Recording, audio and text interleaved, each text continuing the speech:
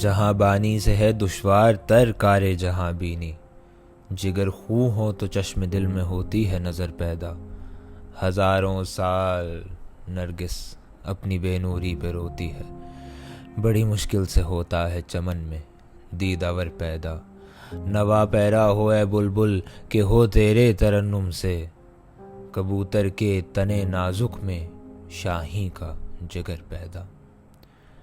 آج کی ویڈیو ایک ایسے شاعر کے نام جو اردو ادب کا ایک بہت بڑا نام ہے۔ مجھ سے بہت لوگ یہ ریکویسٹ کرتے ہیں کہ آپ اس شاعر کے اوپر ویڈیو بنائیں، اور آج مجھے یہ اعزاز حاصل ہے کہ میں اس شاعر کے بارے میں بات کر سکتا ہوں۔ In fact I want to take you through one of his most famous نظمز، at least a single part of it, named Shikwa. Iqbal wrote Shikwa in 1908 اور 1908 میں بر صغیر the subcontinent was under British colonial rule، اور اقبال کی جو سیاست تھی وہ اس بات کی قائل تھی کہ مسلمان اور جتنی بھی قومیں ہیں وہ اپنے پاؤں پر خود کھڑی ہو سکتی ہیں، اور ان کو گورا صاحب یا سامراج کی ضرورت نہیں ہے۔ They do not need British colonial rule.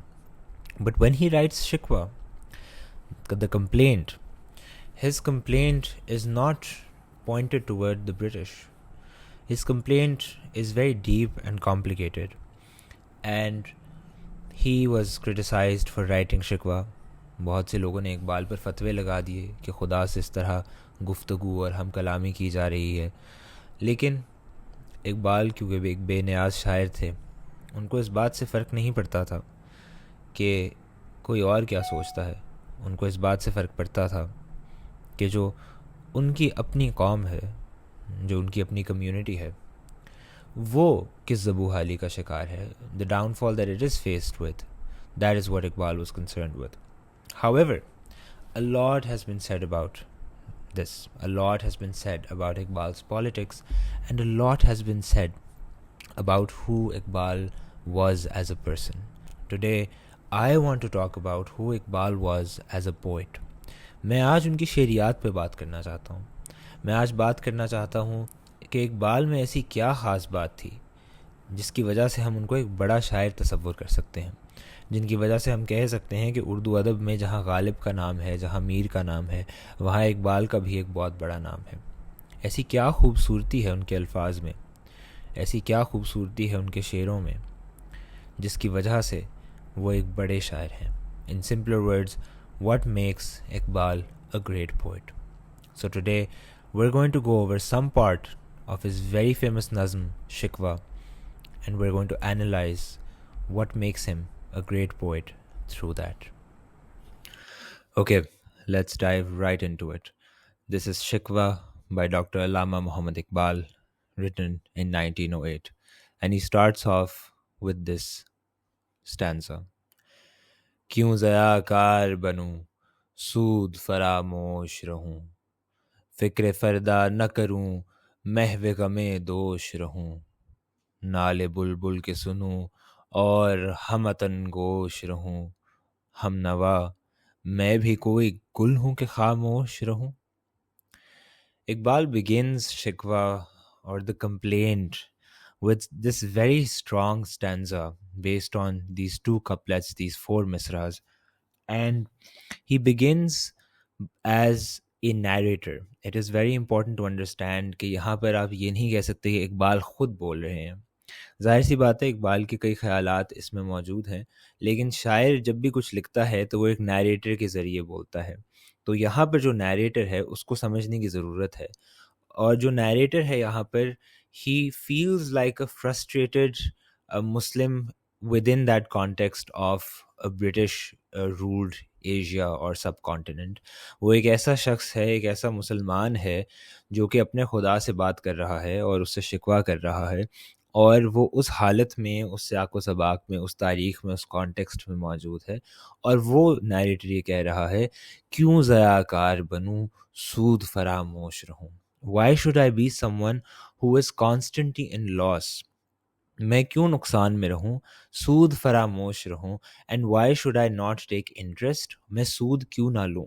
یہاں پر Obviously, he's referring to the Islamic law where you're not allowed to take interest, and interest is haram, or riba is haram. But he's also talking about something else, because it's not just about interest or money. What he's saying is that by believing in a god, I have to give up numerous things.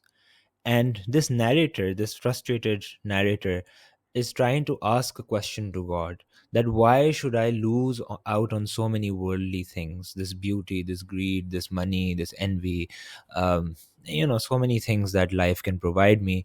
क्यों ज़याकार बनूं? Why should I have that loss? सूद फरामोश रहूं, and why should I ignore all the benefits of this world? फ़िक्र फ़रदा न करूं, महवे गमे दोष रहूं. And why should I not care about the future? Why should I not care about my personal future, my family, my money, everything that relates to the individual? Naale bulbul ke sunu aur hamatan gosh rahun. And I hear the nightingale cry and plight in this garden, and he's talking about the oppression in the world. Aur hamatan gosh rahun, and I just keep listening. कि मैं सुनता रहूं ये जो जुल्म हो रहा है इस दुनिया में. हम नवा, मैं भी कोई गुल हूं कि खामोश रहूं.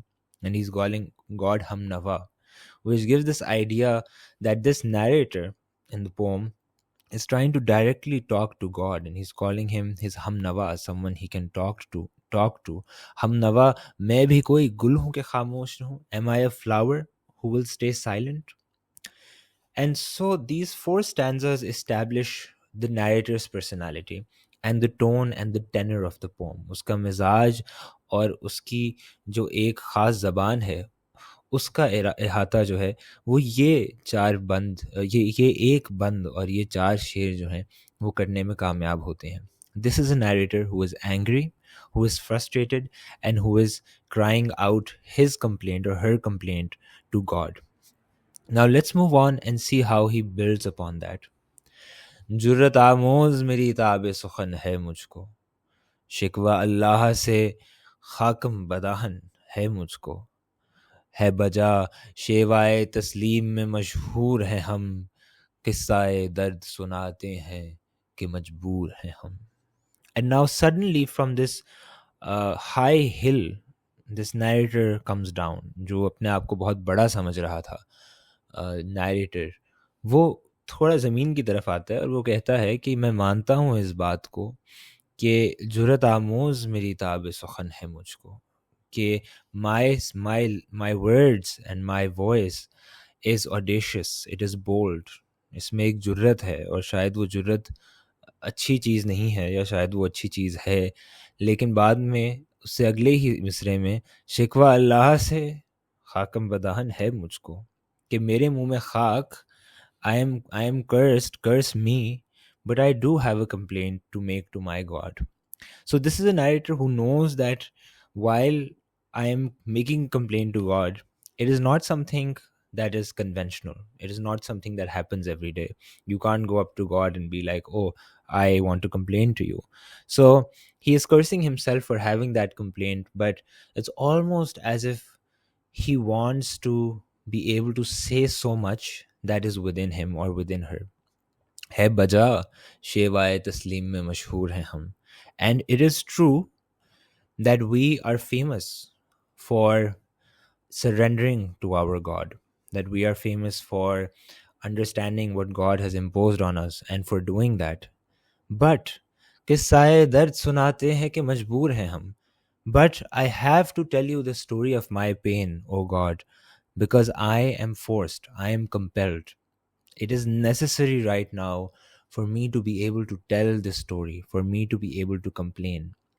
And already, even if we don't talk about the philosophy and the religious symbols that he has put into these two stanzas, even if you just look at Iqbal as a poet, you see the beauty with which he construes his argument. जिस खूबसूरती से वो अपना मुद्दा पेश करता है, उसमें वो इस बात का आपको इदराक दिलवाता है और खुदा को भी इदराक दिलवाता है. He makes us and God realize that while the narrator is frustrated and angry, the narrator also knows that what he or she is doing is a very bold move, is very audacious, and it might not be perceived well. तो ये जो एक खूबसूरती है कि इसमें गुस्सा भी है और तलब भी है और बेकरारी भी है और साथ साथ बेनियाजी भी है, जुर्रत भी है, और उसके साथ साथ कुछ हद तक इस बात का एहसास भी है जब वो कहता है खाकम बदाहन, कि मेरे मुंह में खाक, लेकिन इस बात का एहसास भी है कि ये शिकवा मैं करना चाहता हूँ और शायद ये कोई अच्छी चीज़ नहीं है, लेकिन किस्सा दर्द सुनाते हैं कि मजबूर हैं हम. And then the third stanza, where he establishes the entire title of the poem. साज खामोश हैं, फरियाद से मामूर हैं हम, नाला आता है अगर लब पे तो माजूर हैं हम. So our instruments are silent, फरियाद से मामूर हैं हम, but there is so much appeal and blight and requests that we have inside us. साज से मुराद आवाज़ है या कोई भी चीज़ जो बोलती है. सो ये सेइंग कि मेरी आवाज़ बंद थी, इससे पहले मैं चुप था क्योंकि मेरे पास इतना सब कुछ है बोलने के लिए, लेकिन नाला आता है अगर लब पे तो माजूर हैं हम, but we are handicapped, we are disabled. If plight comes to our tongues, we can't say it because obviously you are the divine authority, the narrator says to God. But then he's like, this is what has been happening before I am compelled to say all of this.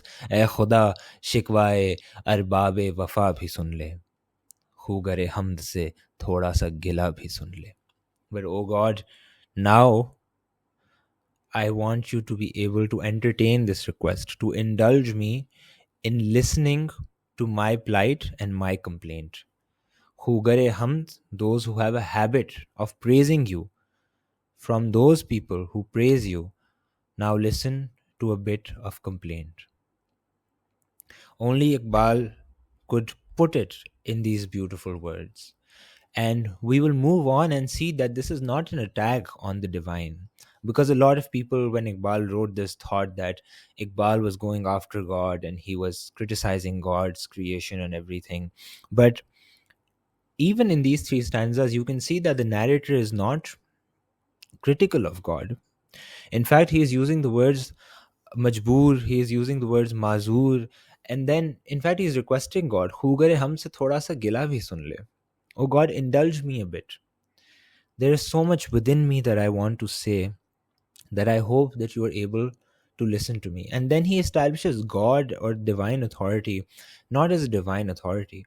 He establishes divine authority almost as someone he can speak to or she can speak to, the narrator, because he uses the words like Ham Nawa, which means someone who you can talk to, someone who has the same voice as you.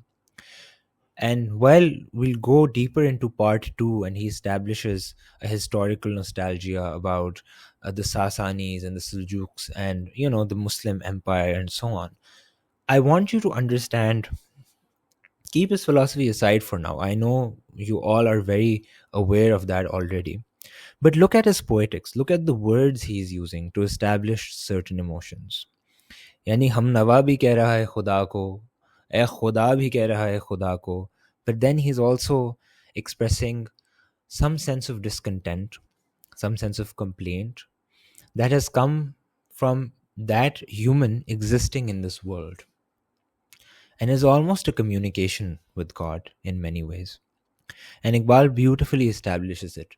He treads a very thin line between disrespect and complaint, but he does it so perfectly and so beautifully with his words that you can't say that the narrator is criticizing divine authority. In fact, when we move forward, you will actually see that he believes and he says ki hai tu teri zaate qadim. He calls God the eternal entity. So he believes in all of those things, and yet he is saying that there is some oppression, there is some pain within me that I want to express. And this condition of wanting to talk and wanting to express, even to God, is the condition of a poet, where the poet wants to express the pain that they have observed, experienced, and read about in the history of the world to someone who can understand. And who better to understand the history of the world, the pain of the world, the oppression that is done by the creation of the world, other than the one who has made the world himself. And this is what makes Iqbal a very unique and great poet. He can construe words out of almost thin air. He can make very nuanced arguments within such less words, and he can beautify them. He can beautify a complaint without it coming off as a criticism, and yet without it coming off as just a silent being who follows everything that is told to them. Iqbal's beauty lies in the fact that he is not afraid to say what he believes in, and yet he can say that in a way that is pleasurable, that is beautiful, that is respectful, and at the very same time bold and audacious. When we move to Jawab Shikwa, we will see God as the narrator who criticizes the human condition, and we will see how beautifully he does that too. But until then, perhaps we can stay with this and process how beautiful Iqbal's poetics actually were.